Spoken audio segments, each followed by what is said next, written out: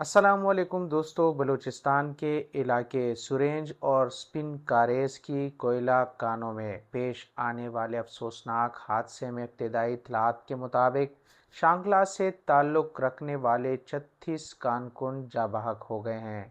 اطلاعات کے مطابق جاں بحق ہونے والوں میں شانگلہ الپوری کے ایک ہی گاؤں کے 22 افراد بھی شامل ہے، جس کے باعث متعدد خاندانوں پر غم کے پہاڑ ٹوٹ پڑے ہیں اور پورے علاقے میں سوگ کی فضا قائم ہے۔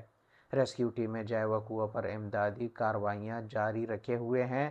متعدد لاشیں کوئلے کی کان سے نکال لی گئی ہیں، جبکہ دیگر کارکنوں کی تلاش کا سلسلہ جاری ہے۔ ذرائع کے مطابق جاں بحق کارکن روزگار کی غرض سے شانگلہ سے بلوچستان گئے تھے۔ حادثے کے بعد شانگلہ کے مختلف علاقوں میں تعزیت کا سلسلہ جاری ہے، جبکہ میتوں کو آج شام تک آبائی علاقوں میں منتقل کیے جانے کی توقع ہے۔ اس سانحے کے بعد کوئلہ کانوں میں حفاظتی اقدامات اور مزدوروں کی جانوں کے تحفظ سے متعلق سوالات بھی ایک بار پھر سامنے آ رہے ہیں۔